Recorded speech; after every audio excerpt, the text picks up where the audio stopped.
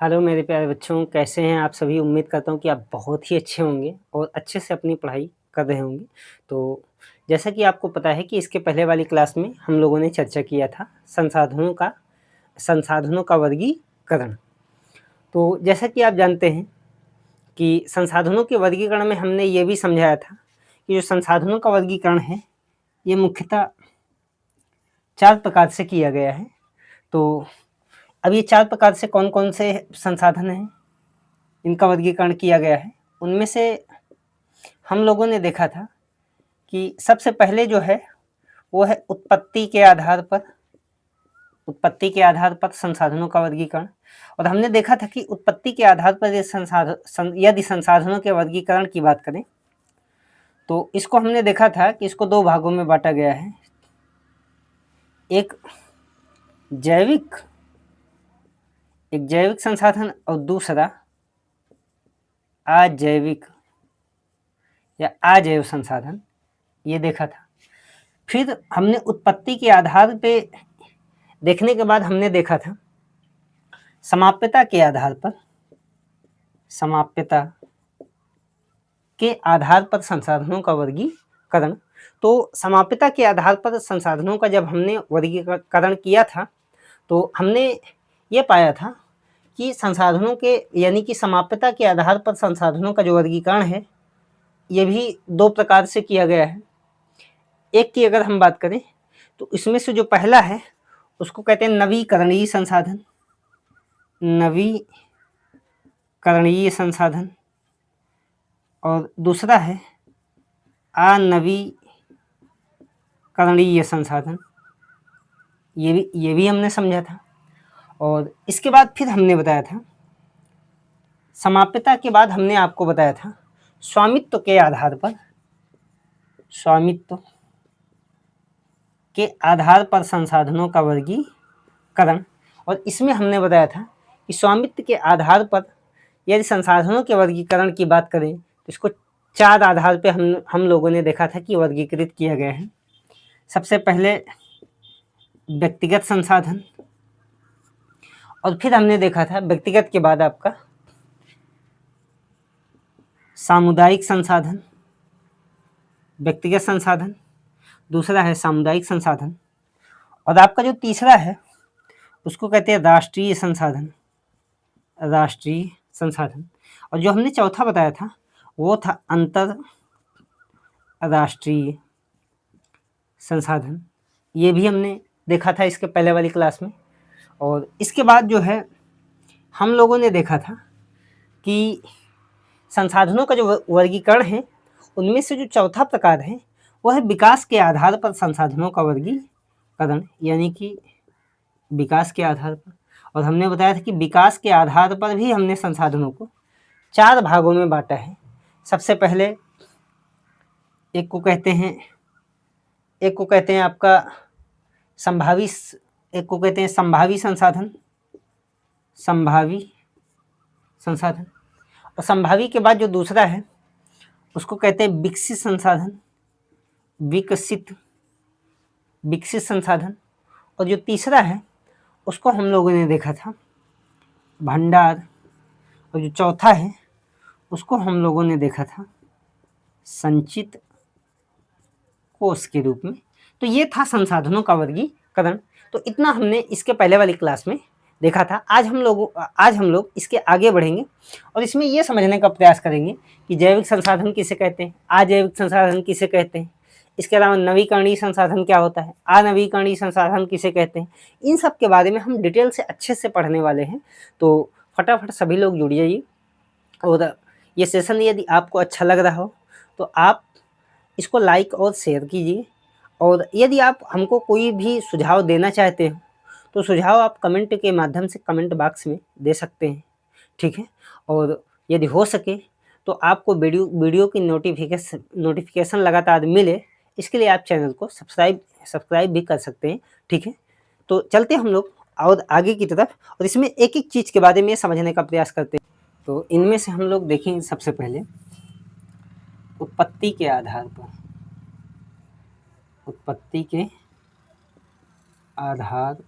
पर और जैसा कि आप जानते हैं उत्पत्ति के आधार पर संसाधन दो प्रकार के होते हैं।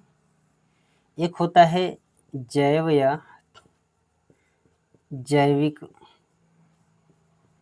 संसाधन, एक तो यही होता है, और आपका जो दूसरा है उसको कहते हैं अजैव या अजैविक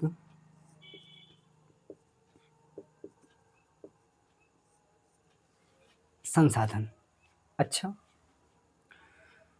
तो अब इसमें हम समझने वाले हैं जैव या जैविक संसाधन यानी कि बायोटिक रिसोर्स किसे कहते हैं। तो बहुत सिंपल सा है, जैव या जैविक संसाधन का मतलब ये है कि हमारे जीवमंडल में उपस्थित ऐसे संसाधन जिसमें जीवन उपस्थित होता है। तो हमारे जैवमंडल में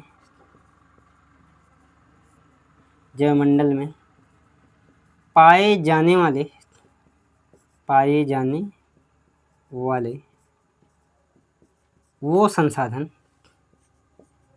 वो संसाधन जिसमें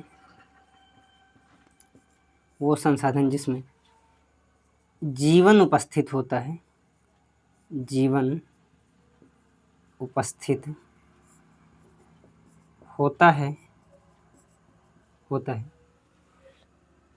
जैव या जैविक संसाधन कहलाते हैं,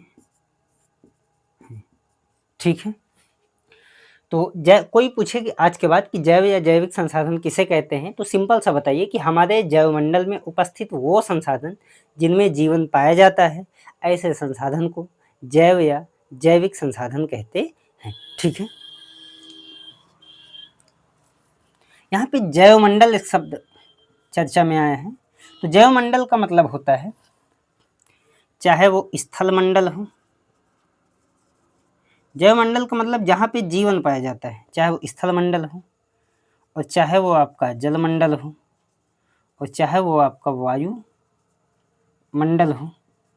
तो जैवमंडल का मतलब जल मंडल, स्थल मंडल और वायुमंडल से है, यानी कि स्थल मंडल, जल मंडल और वायुमंडल को मिला के क्या बनता है, जैव मंडल। और इसी स्थल मंडल, जल मंडल और वायुमंडल में पाए जाने वाले वे संसाधन जिसमें जीवन उपस्थित होता हो, ऐसे संसाधन को जैव या जैविक संसाधन कहते हैं, ठीक है।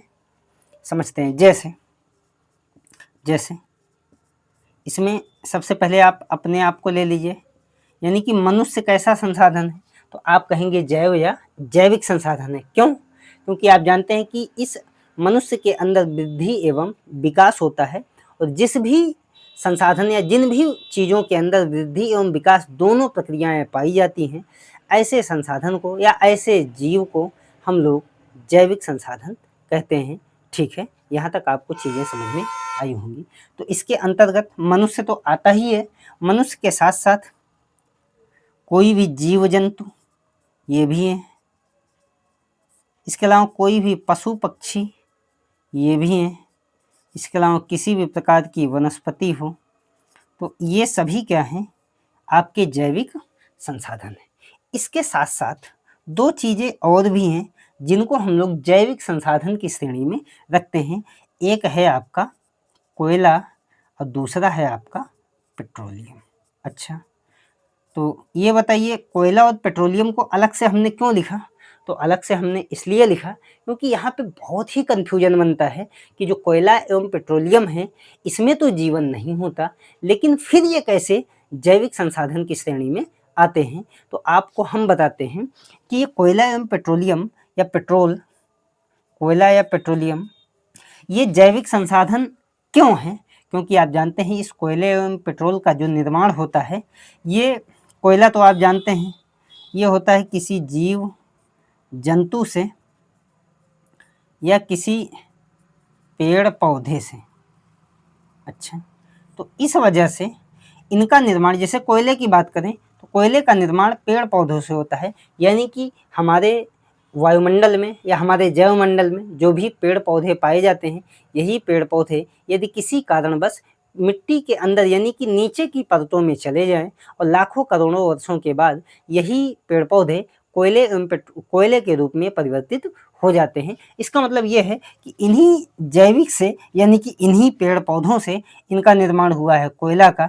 और अगर हम पेट्रोलियम की बात करें तो जीव जंतु जो हैं, इन जीव जंतुओं से पेट्रोलियम का निर्माण होता है। जैसे यही जीव जंतु यदि पृथ्वी के अंदर चट्टानों के अंदर जा कर के दब जाते हैं और लाखों करोड़ों वर्षों के बाद यही जीव जंतु पेट्रोलियम में परिवर्तित हो जाते हैं। इसका मतलब कोयला एवं पेट्रोल इसमें डायरेक्ट तो जीव नहीं पाया जाता, लेकिन चूंकि जीव जंतु से या जैविक संसाधन से इनका निर्माण होता है, इसलिए कोयला एवं पेट्रोलियम को भी हम जैव या जैविक संसाधन की श्रेणी में रखते हैं। तो यहाँ तक उम्मीद है चीज़ें आपको समझ में आई होंगी। ठीक है, तो ये ध्यान रखने वाली बात है, कोयला एवं पेट्रोलियम भी जैव या जैविक संसाधन है। ठीक है, अब इधर देख लेते हैं, ये तो रही बात जैविक संसाधन की। अब हम अजैविक संसाधन किसे कहते हैं, तो जस्ट इसी का उल्टा कर दीजिए, यानी कि हमारे जैवमंडल में उपस्थित यहाँ पे हम लिख सकते हैं हमारे जैवमंडल में उपस्थित हमारे जैवमंडल में उपस्थित वो संसाधन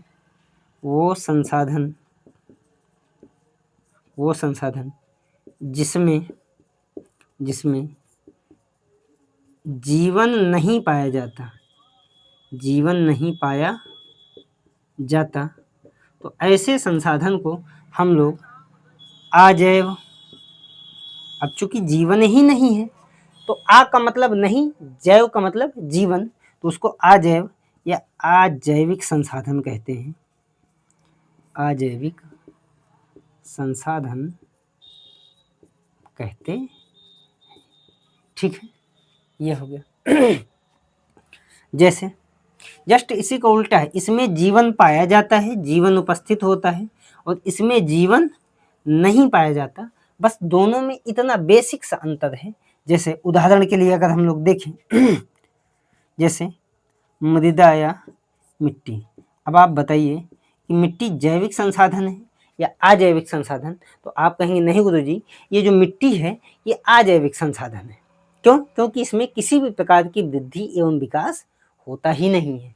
ठीक है, इसी तरीके से कोई भी चट्टान हो यानी कि रॉक्स हो, सॉइल तो हो गया, कोई भी चट्टान यानी कि रॉक्स हो, ये भी अजैविक संसाधन है, क्योंकि इसमें भी वृद्धि एवं विकास नहीं होता है। ठीक है, चट्टान के साथ साथ अगर हम लोग बात करें तो कोई भी खनिज हो, चाहे वो धात्विक खनिज हो चाहे वो अधात्विक खनिज हो, तो खनिज भी क्या है, एक प्रकार के अजैव या अजैविक संसाधन है। तो उम्मीद है यहाँ तक चीज़ें आपको समझ में आई होंगी। और बढ़ते हैं आगे की तरफ। अब हम लोग चर्चा करेंगे समाप्यता के आधार पर। तो यहाँ तक आप नोट कर लिए होंगे। हाँ, एक रिक्वेस्ट है आप लोगों से कि आप जो है नोट्स को अच्छे से बनाइए, एकदम सुंदर हैंडराइटिंग में बढ़िया नोट्स आप बनाइए। इससे अच्छी नोट्स आपको कहीं नहीं मिलेगी और ना कोई इससे अच्छा कंटेंट आपको दे पाएगा।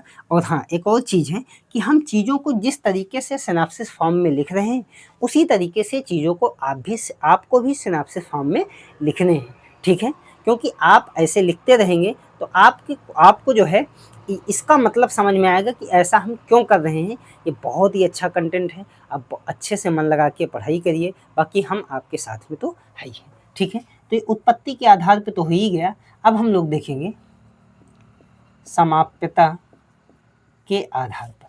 ये समाप्यता के आधार पर देखें तो हम लोग देखेंगे कि समाप्यता के आधार पर भी संसाधनों को दो भागों में बांटा गया है। नंबर 1 इसको कहते हैं नवीकरणीय संसाधन, और जो दूसरा है उसको कहते हैं अनवीकरणीय संसाधन। तो ये भी दो प्रकार के होते हैं, एक नवीकरणीय संसाधन और दूसरा है अनवीकरणीय संसाधन। ठीक है, अब इसको समझते हैं कि आखिर नवीकरणीय और अनवीकरणीय संसाधन क्या होते हैं, तो इसको ध्यान से देखिए। सबसे पहले हम चर्चा करेंगे नवीकरणीय संसाधन पे। तो नवीकरणीय संसाधन किसे कहेंगे, तो ध्यान से देखिए, ऐसे प्राकृतिक संसाधन, ऐसे प्राकृतिक संसाधन, क्या, ऐसे प्राकृतिक संसाधन जिन्हें उपयोग करने के बाद, ध्यान से देखिए, ऐसे प्राकृतिक संसाधन जिन्हें उपयोग करने के बाद, उपयोग करने के बाद पुनः, यानी कि दोबारा पुनः प्राप्त किया जा सके, प्राप्त किया जा सके, क्या कहलाते हैं, नवीकरणीय, नवीकरणीय यानी कि रिन्यूएबल, नवीकरणीय संसाधन, संसाधन कहलाते हैं। उम्मीद है आपको यहाँ तक चीज़ें समझ में आई होंगी, ठीक है। तो ऐसे प्राकृतिक संसाधन जिन्हें उपयोग करने के बाद पुनः प्राप्त किया जा सके, पुनः प्राप्त किया जा सके, क्या कहलाते हैं, नवीकरणीय संसाधन। नवीकरणीय का मतलब दोबारा, यानी कि नए रूप में इनकी प्राप्ति फिर से हो जाए, तो ये नवीकरणीय संसाधन कहलाते हैं। जैसे अगर हम सौर ऊर्जा की बात करें, तो सौर ऊर्जा कैसा संसाधन है, नवीकरणीय की अनवीकरणीय, तो नहीं सर, ये आपका नवीकरणीय संसाधन है, क्योंकि सौर ऊर्जा की प्राप्ति हमको एक दिन होती, एक दिन इसका उपयोग कर लेंगे, तो हमको आज उपयोग किए तो कल भी सौर ऊर्जा की प्राप्ति होगी, परसों भी होगी, नरसों भी होगी, लगातार होती जाएगी। तो इसका मतलब सौर ऊर्जा तो हमको डेली मिल रही है, इसका मतलब क्या है कि सौर ऊर्जा को हम नवीकरणीय संसाधन की श्रेणी में रखेंगे, ठीक है। इसी तरीके से बताइए भाई, पवन ऊर्जा कैसा है, तो कहेंगे ये भी नवीकरणीय है। इसी तरीके से जल विद्युत ऊर्जा के कैसा संसाधन है, तो आप कहेंगे सिंपल सा, ये भी क्या है, नवीकरणीय है। इसी तरीके से बायोमास ऊर्जा की बात करें तो ये भी नवीकरणीय है। इसी तरीके से भूतापीय ऊर्जा की बात करें तो ये सब कैसे हैं, ये सारे के सारे नवीकरणीय संसाधन हैं, ठीक है। तो आई बात गई समझ में आपको, चलिए बहुत अच्छा। यदि आपको सेशन अच्छा लग रहा हो तो फटाफट लाइक कीजिए और आगे बढ़ते हैं। अब हम चर्चा करेंगे अनवीकरणीय संसाधन। तो इसका जस्ट उल्टा है, इसका जस्ट उल्टा क्या है कि ऐसे प्राकृतिक संसाधन, बस इसमें की पॉइंट समझना है, बस ऐसे प्राकृतिक संसाधन जिनका भंडार क्या हो, जिनका भंडार सीमित हो, ऐसे प्राकृतिक संसाधन जिनका भंडार सीमित हो और उपयोग करने के बाद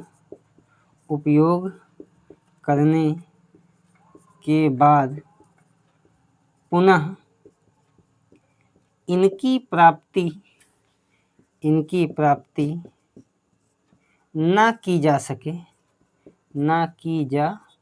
सके, क्या कहलाते हैं, अनवीकरणीय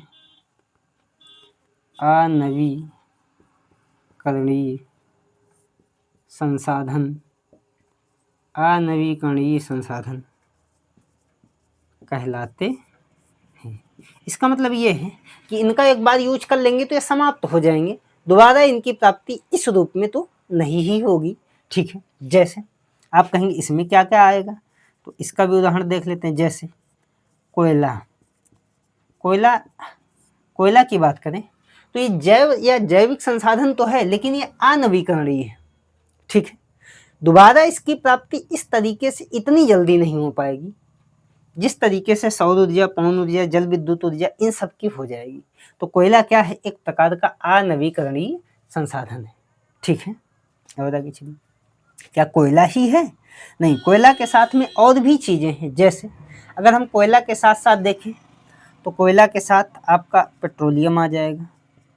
क्या आएगा भाई, पेट्रोलियम। यहाँ पेट्रोलियम का मतलब होता है, पेट्रोलियम में एक नहीं कई चीज़ें शामिल होती हैं। जैसे एक तो इसमें पेट्रोल आता है पेट्रोलियम के अंतर्गत, दूसरा डीजल आता है, डीजल, पेट्रोल, डीजल। तीसरा, प्राकृतिक गैस भी इसी के अंतर्गत आती है, प्राकृतिक गैस। कैरोसिन यानी कि मिट्टी का तेल भी आता है। तो ये सारी चीज़ें ऐसी हैं जिनका भंडार सीमित है। यहाँ पे देखिए, जिनका भंडार सीमित है और इनका उपयोग करने के बाद पुनः इनकी प्राप्ति नहीं की जा सकती। तो ये कोयला, पेट्रोलियम, ये सारी चीज़ें ऐसी हैं जिनका भंडार सीमित है और एक बार यूज करने के बाद ये दोबारा हमको इतनी जल्दी, इतनी आसानी से इस रूप में प्राप्त नहीं होंगी। इसीलिए इनको हम अनवीकरणीय संसाधन कहते हैं।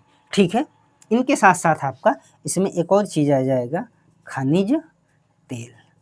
तो ये हो गया भाई। तो उम्मीद है यहाँ तक चीज़ें आपको समझ में एकदम क्लियर कट रूप में आई होंगी कि नवीकरणीय संसाधन किसे कहते हैं और अनवीकरणीय संसाधन किसे कहते हैं। ठीक है, और आगे बढ़ते हैं, इसको मिटा दे रहे हैं।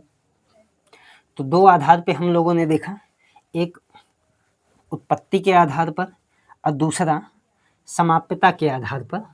और यदि हम तीसरे प्रकार की बात करें तो तीसरा जो है वर्गीकरण वो है स्वामित्व के आधार पर। ठीक है, तो अगला देखते हैं, स्वामित्व के आधार पर। हमने बताया कि स्वामित्व के आधार पर संसाधन को 4 भागों में बांटा गया है। नंबर 1, सबसे पहले जिस भाग में बांटा गया है उसको कहते हैं आपका व्यक्तिगत संसाधन। तो पहला है व्यक्तिगत संसाधन। अब एक एक करके हम समझते चलते हैं। व्यक्तिगत संसाधन किसे कहते हैं, व्यक्तिगत के बाद लिख पूरा लेते हैं, फिर एक एक करके समझेंगे। व्यक्तिगत संसाधन के बाद सामुदायिक संसाधन, सामुदायिक संसाधन। और इसके बाद आपका आएगा राष्ट्रीय संसाधन। और राष्ट्रीय संसाधन के बाद हम लोग देखेंगे अंतर्राष्ट्रीय संसाधन। तो ये 4 भागों में इनको बांटा गया है, एक एक करके हम समझेंगे। ठीक है, सबसे पहले हम व्यक्तिगत संसाधन को समझेंगे कि व्यक्तिगत संसाधन किसे कहते हैं। व्यक्तिगत का मतलब पर्सनल रिसोर्स। ठीक है, तो व्यक्तिगत संसाधन का मतलब ऐसे संसाधन जिन पर किसी व्यक्ति विशेष का अधिकार हो। तो यहाँ पे लिखेंगे ऐसे संसाधन जिस पर किसी व्यक्ति विशेष का अधिकार हो, क्या कहलाते हैं, व्यक्तिगत संसाधन कहलाते हैं। ठीक है, यानी कि कोई ऐसी चीज़ जिस पे किसी एक ही व्यक्ति का अधिकार हो। जैसे आपका जो फ़ोन है उस पर केवल आप ही का अधिकार है, आपका जो घर है उस पर केवल आप ही का अधिकार है, आपका जो खेत है उस पर केवल आप ही का अधिकार है। तो ऐसे संसाधन को हम व्यक्तिगत संसाधन की श्रेणी में रखते हैं। जैसे अपना घर, मान लीजिए कोई अपना घर हो, तो अपना घर क्या है, व्यक्तिगत संसाधन, क्योंकि उस पर आप ही का अधिकार है, हमारा नहीं है। आप इस बात से ये मत सोचिए कि मेरे घर पे कब्जा करने वाले हैं, नहीं। तो जैसे मान लीजिए अपना कोई निजी घर हो, तो ये क्या है, व्यक्तिगत संसाधन।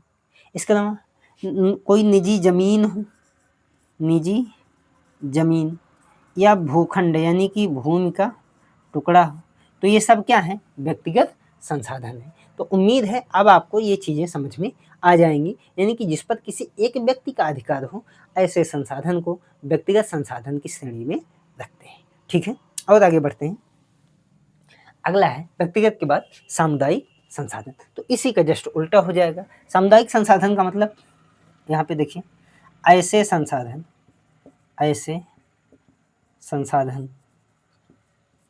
जिस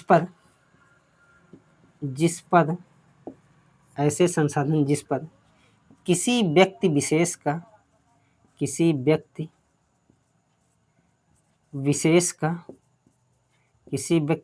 का अधिकार न होकर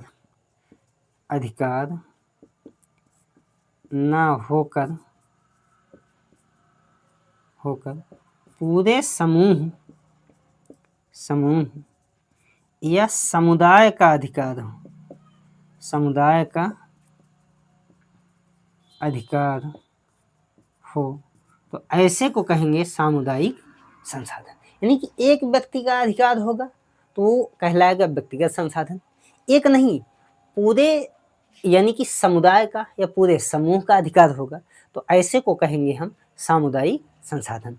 अगर सामुदायिक संसाधन आप कहेंगे उदाहरण बताइए, तो इसका जो उदाहरण है जैसे गांव की चारागाह भूमि, गांव की चारागाह भूमि। पहले तो ये शब्द बहुत चर्चा में नहीं था, लेकिन अब तो आ गया होगा, आप सुने होंगे बंजर भूमि। तो जैसे बंजर भूमि, कई लोग बंजर भूमि में घर और बनाए होंगे ना।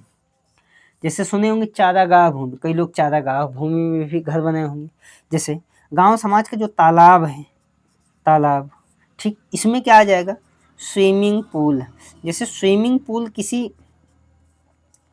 एक व्यक्ति के द्वारा बनवाया जाएगा, यानी कि वो निजी व्यक्तिगत संसाधन होगा, निजी संसाधन होगा। लेकिन गांव का जो तालाब है, आप गांव में देखे होंगे, आपके भी गांव में एक पक्का तालाब बना होगा जिसमें सीढ़ियां भी होंगी, तो वो सब क्या है, एक प्रकार का सामुदायिक संसाधन। जैसे शमशान घाट की जमीनें जो हैं, शमशान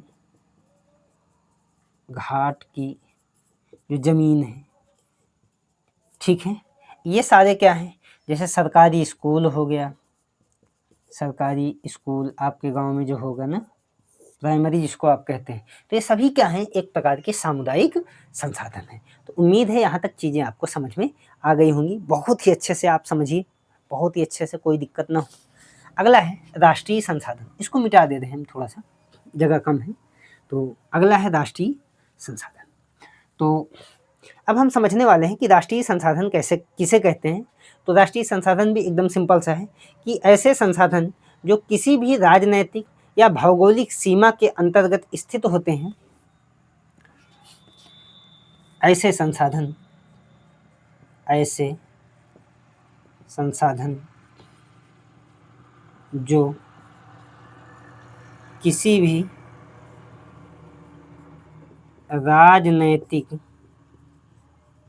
राजनैतिक या भौगोलिक सीमा के अंदर होते हैं। तो यहाँ तक बात समझ में आई होगी कि ऐसे संसाधन जो किसी भी राजनैतिक या भौगोलिक सीमा के अंदर स्थित होते हैं, इन संसाधनों पर स्थित होते हैं, उन्हें राष्ट्रीय संसाधन कहते हैं। ठीक है, इन संसाधनों पर उस देश की सरकार का कानूनी अधिकार होता है, भौगोलिक सीमा के अंदर होते हैं, और इन पर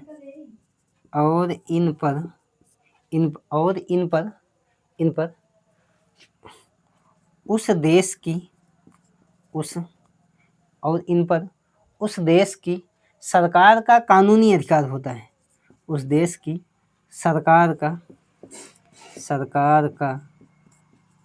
कानूनी अधिकार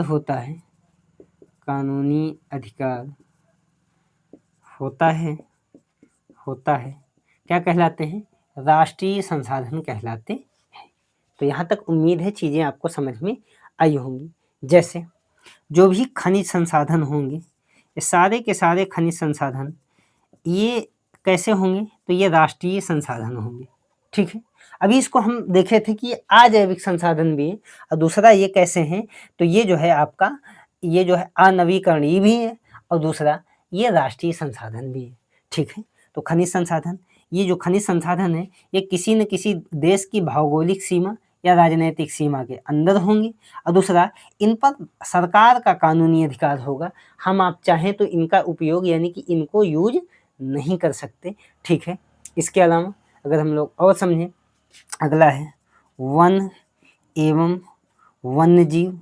ये भी क्या है, वन एवं वन्यजीव जो हैं ये भी एक प्रकार की ये जैविक संसाधन तो हैं, जैविक संसाधन के साथ साथ ये कैसे हैं, तो ये राष्ट्रीय संसाधन भी है। ठीक है, तो उम्मीद है ये आपको यहाँ तक चीज़ें समझ में आ गई होंगी। ठीक है, इसको आप नोट कर लीजिए।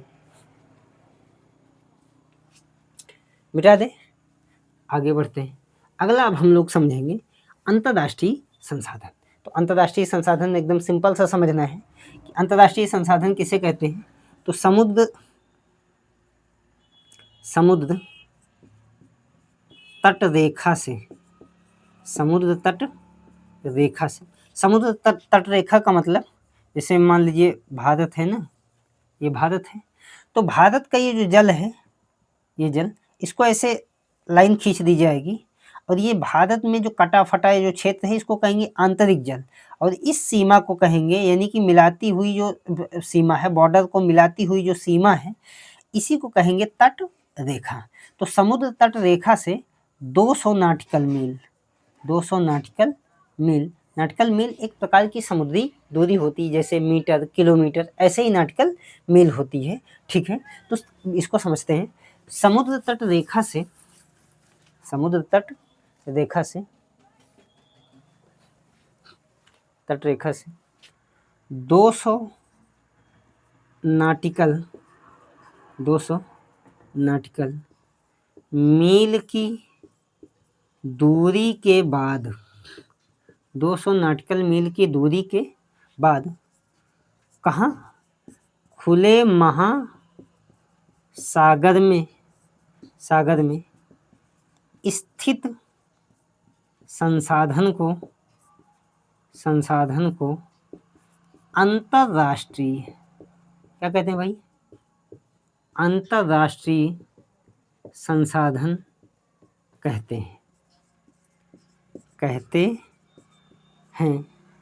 कहते हैं। और इन पर किसी एक देश का कब्जा नहीं होगा। ठीक है, इन पर संपूर्ण विश्व का कब्जा होगा। ठीक है, अंतर्राष्ट्रीय संसाधन कहते हैं जिस पर विश्व के सभी देशों का अधिकार होता है, तो ऐसे संसाधन को हम लोग अंतर्राष्ट्रीय संसाधन कहते हैं। तो उम्मीद है यहाँ तक चीज़ें आपके समझ में आई होंगी। अब हम बढ़ते हैं थोड़ा सा और आगे। ठीक है, इसको मिटा दे रहे हैं। अगला है आपका स्वामित्व, तो नहीं बल्कि स्वामित्व तो हम देख ही लिए। अगला है विकास के आधार पर। अगर हम विकास के आधार पर संसाधनों की बात करें तो इसको भी 4 भागों में बांटा गया है। नंबर 1 संभावी संसाधन, संभावी संसाधन। तो संभावी संसाधन का मतलब जिसकी संभावना हो, यानी कि ऐसे संसाधन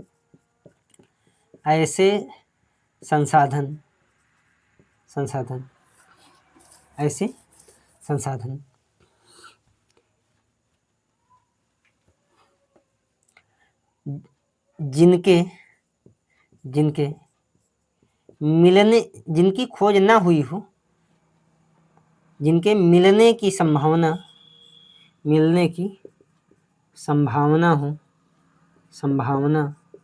हो,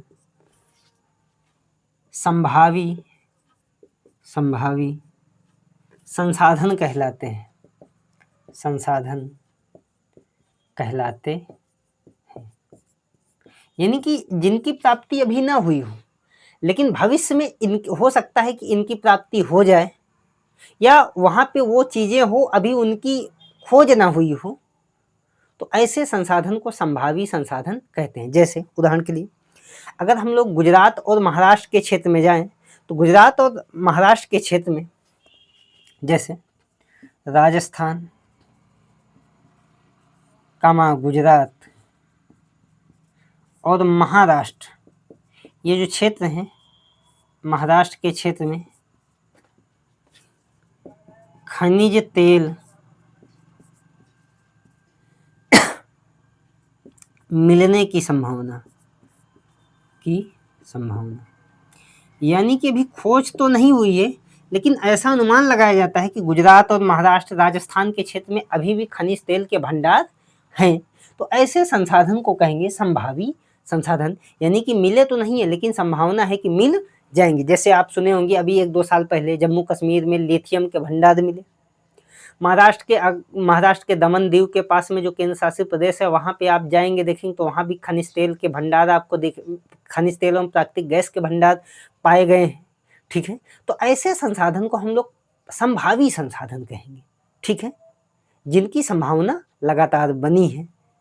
ठीक है, ऐसे संसाधन को संभावी संसाधन। अगला है विकसित संसाधन।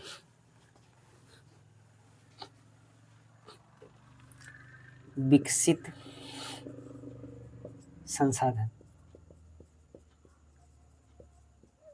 विकसित संसाधन का मतलब ऐसे संसाधन जिनकी खोज की जा चुकी है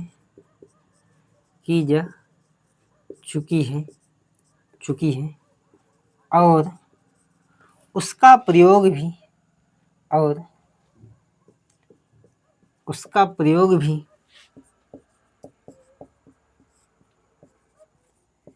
प्रारंभ हो चुका है, क्या कहलाते हैं? विकसित संसाधन कहलाते हैं। तो विकसित संसाधन का मतलब वहाँ पे संभावना थी और उसको खोज भी लिया गया और उसका प्रयोग भी प्रारंभ हो गया है, ऐसे को कहते हैं विकसित संसाधन। जैसे छत्तीसगढ़, झारखंड इस वाले क्षेत्र में जाएंगे तो कोयला था और कोयले की खोज हो गई और उसका प्रयोग अब स्टार्ट कर दिया गया है, तो ये कोयला क्या हो गया? एक प्रकार का विकसित संसाधन। पेट्रोलियम की बात करें तो ये भी क्या है? एक प्रकार का विकसित संसाधन है। लेकिन ध्यान रखना है कि वही कोयला, वही पेट्रोलियम, वही खनिज तेल जिसकी खोज हो चुकी हो और उसका प्रयोग भी स्टार्ट हो चुका हो, तो ऐसे संसाधन को हम विकसित संसाधन कहेंगे, न कि ऐसे कोयला और पेट्रोलियम जिनकी अभी खोज ही न की गई हो, केवल अनुमान लगाया गया हो, तो वो विकसित नहीं है, बल्कि उनको हम संभावी संसाधन की श्रेणी में रखते हैं। ठीक है,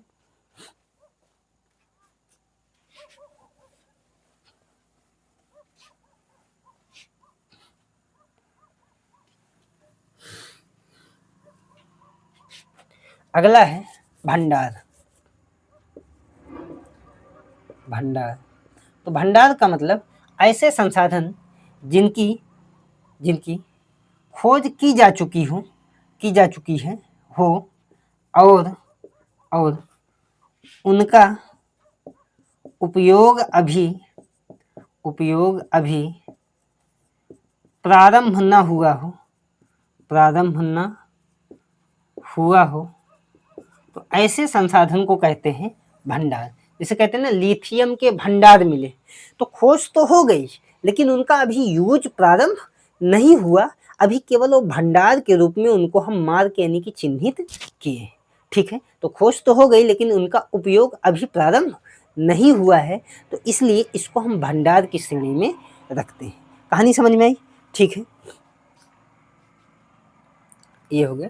तो उम्मीद है यहाँ तक आपकी सारी चीज़ें कंप्लीट हो गई। तो अब हम कल पढ़ेंगे संसाधनों का विकास। हम लोग देखेंगे कि संसाधनों का विकास किस प्रकार से होता है। तो यहाँ तक उम्मीद है चीज़ें आपको समझ में आई होंगी। तो फिर मिलते हैं हम लोग अगली क्लास में। तब तक के लिए बहुत बहुत धन्यवाद।